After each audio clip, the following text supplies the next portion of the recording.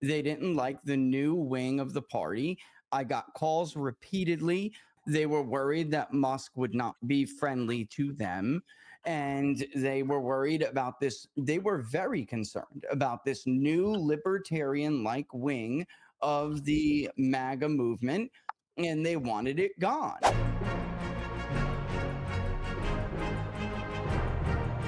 There's stuff going on that we don't know about. I've heard that from multiple people, that there's something behind the scenes happening right now that can partly explain the bizarre things that we're seeing, but I don't have any idea what it is. Yeah, I have heard this. Yeah, I heard also from somebody who knows more than I do, that my joke about Donald Trump blinking twice if you're under duress, like, probably actually hit closer to the mark than it probably should have. I want to propose a plan to you, Rich, and come back to you. But first, I want to ask you, David. You're going to have to run on this. And so what do you think it's going to look like for you now, based on what you know? What is this going to do for the establishment that you're going to have to deal with as they try and come after you? This is one that I know that right now they're desperate for this seat, and they're having trouble finding. They should be coming to me saying, we want you to run, because we've seen data now from your poll, Rich's poll for the last 4 years shows that voters support me. They want me to be the candidate in this seat. So one thing would be, hey, wait, stop. Really I want to give everybody the headline. You outperformed John Duarte, a former congressman, against Adam Gray with a 47% not sure favorability. So it's like obvious, like you. And so my biggest thing here is in general, because I'm not just worried about myself. We need to worry about Republicans around the country, because quite frankly, they're not excelling in any of the races they need to win. And the biggest issue is that, one, the people at the NRCC need to just trust the data, trust the science, trust what they were told by the voters back in November. The voters were clear. They want America first. They don't want to hear their congressmen on television every night and their senators talking about Russia, talking about Israel. Listen, it's not that I don't think Russia's in the wrong or that they should stop the wars and stuff. That's not what people voted for. People were fed up. They're saying, what about me? What about my neighborhood? What about my job? They want to hear their representatives and their senators talking about putting them first, and they're not getting that. So Republicans have to start talking about implementing policies that are going to benefit the people here. They're saying, well, what is that going to do if you're sending all these weapons to Ukraine? How does that help me? They're feeling left behind. Yeah. So one of the things Republicans have to do, it's not rocket science. America first. It really resonates, and it's not just with Republicans, it's with independents, it's with some blue-collar Democrats, right? And so we have to get back on that focus, and the president has to get back on that focus. I understand that there are people at the Pentagon and the DOD, they make money with wars. They want you constantly dealing with these conflicts because it's a good moneymaker, and you're getting pressure from Bibi and all this stuff because he's trying to save himself, right? Because he's very unpopular. He probably would have lost this election if it wasn't for these wars. So he wants this to keep going on because he wants to win. And I support Israel, right? I think Israel has had to deal with a lot. But I'm saying we have issues at home, right? One of the things I think that Trump needs to focus on too, that we haven't talked about again, is infrastructure. That was a big thing in when he first ran, and the Democrats passed a fake infrastructure bill. Why don't we start talking about stuff like that again? How we're going to fix our roads, how we're going to fix our bridges, how we're going to rebuild our own country. We're tired of hearing about rebuilding other countries. So, one, I've extended an olive branch. I have actually reached out to people at the NRCC, and, I'll give some people credit. Team McClintock's been receptive. They've talked to me. They've been willing to sit down. But people at the NRCC, the GOP, I've been saying, listen, I want to do this the right way. I want to win for you. I'm willing to work with you. Let's talk about it, and let's do this together. They should be willing to do that, because this is about, they're freaking out about the numbers. I know for a fact they've been calling around. We really need to win the seat. Our asses are on the line, right? If we lose the House, they know what time it is. And instead of being like, well, I don't want to work with David because he said something bad about Kevin McCarthy 2 years ago, right? Like, that's stupid. That's stupid. Okay. Yeah. What's Kevin doing for you now? He's out making jokes. He's still talking about Matt Gaetz. So it's like, guys. Yeah, you're saying kind of the things that we all hate, which is that the NRCC, there's probably good people in them, but there's still these power mongers that have too much say, that have no principles, and that I mean, what I feel that your problem is going to be is that the Republicans made promises like this, got into office, and there's almost been more impeachment resolutions than there have been signed laws in a Republican majority And that's Congress. what's worrying to me in this district. And that's one of the reasons why, John had trouble, because he let down the voters that Trump was running again. So Trump got those people to come out because they still believed in Trump. And they said, well, Trump is going to do this when he gets in, right? Trump learned his lesson from the first term. He's going to come in like a wrecking ball and not make those same mistakes. But if they feel like those same mistakes are happening again, man, it's going to be really hard for someone like me who's trying to convince them that, hey, I'm going to go there and they're going to say, well, Trump's not doing it right now, or you're going to go there and do it, but Trump's not even doing it. So in districts like this, you're going to have a lot of dejected voters. I mean, this was the biggest problem in C13 in general, is that when John was able to win, there were so many dejected voters. The turnout was 50%. This is a 60% Latino district. When John won back in 2022, it was a 50% turnout. It was a majority white electorate. So you had a bunch of Democrats, minorities. They were so fed up with Gavin Newsom. They hated the Democratic Party, but they didn't come and vote Republican. They just stayed home. And so in a seat like this, you're going to get in places like Pennsylvania, right, where people they work hard all day, man. They got stuff going on, their families and stuff. They're just not going to come out, especially if they don't think Trump is delivering for them. And I think Trump genuinely wants to.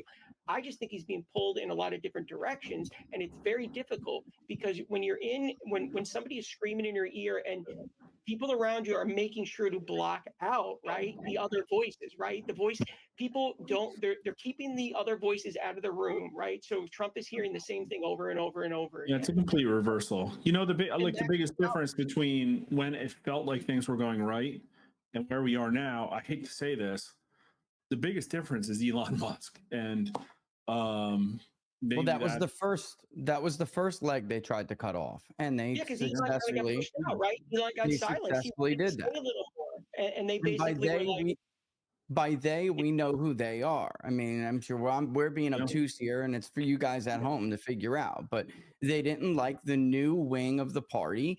I got calls repeatedly from, let me just say, traditional Republican donors who repeatedly appeal to evangelicals in the party and evangelical lawmakers. They were worried that Musk would not be friendly to them.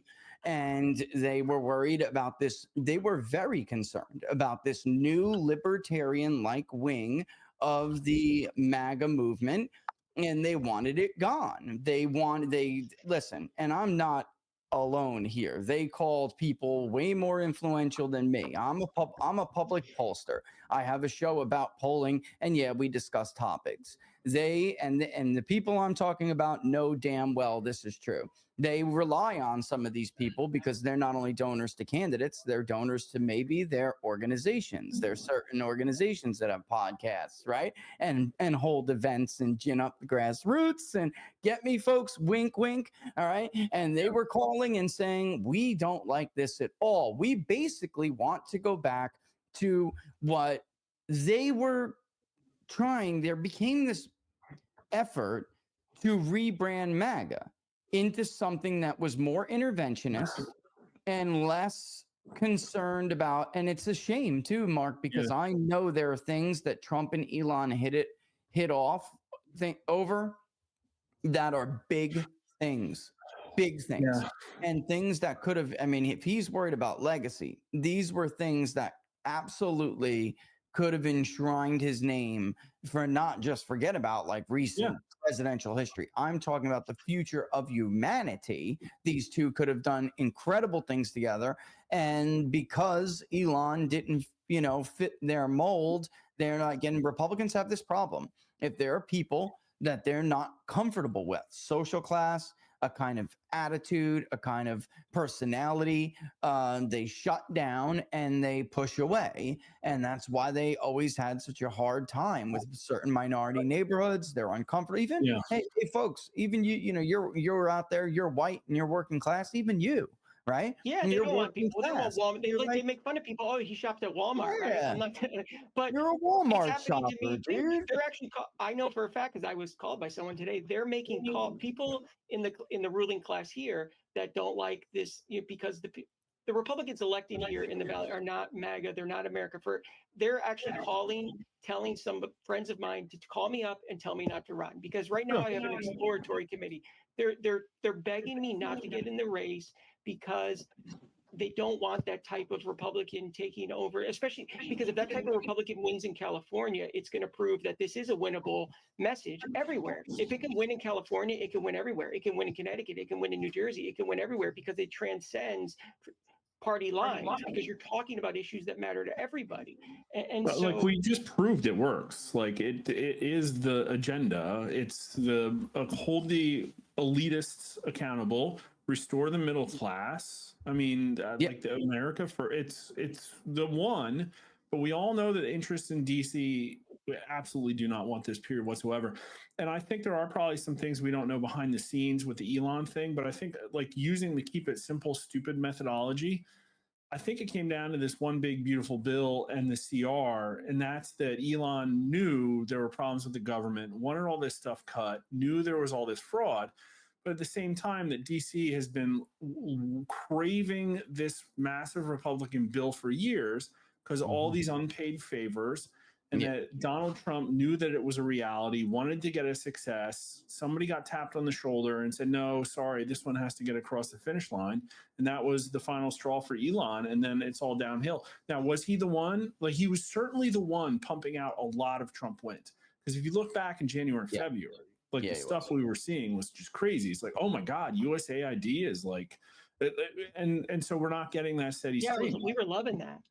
Can I just say this too? Can I just say this too? As this dovetails off of the poll we just released, even when the media identified Elon as the boogeyman because they couldn't do it to Trump, his popularity, not just in approval but in favorability, his image, despite what all the bogus polls from our so-called competitors, he was getting more popular than we have ever measured him. I was stunned. You know, when you start to get into the mid 50s and you're Donald Trump, who had been so, unpopular for as long as he was, it was truly remarkable. But as they identified Musk as the boogeyman and they went after him and his image began to sour, the one block that it did not sour up within or among were younger MAGA, especially, and even young voters who maybe weren't Trump supporters yet, but could be. Now, ironically, what was holding Trump up when other groups were declining in our polling, what was holding Trump up was that 18 to 29 voting group. He's lost a lot of that support. It's not totally gone, but Mark, I mean, we compared May on the show earlier today. We compared May to the latest poll, and even 3 weeks ago, it's a catastrophe, right? I mean, it's a catastrophe. All in favor, because his approval would have been worse in our polling, if not from what I am guaranteeing is a temporary bump with college voters. I texted you this last night. And I said, there's no way they're happy he bombed Iran. They're happy he's making fun of his base right now over Epstein. And all of that is going to vanish within a few weeks. They'll be back to hating him. And oh, by the way, they're voting for Democrats on the generic ballot anyway by double digits. So it's like a meaningless bump for him in this group with approval rating. And he's doing it sacrificing his real vote.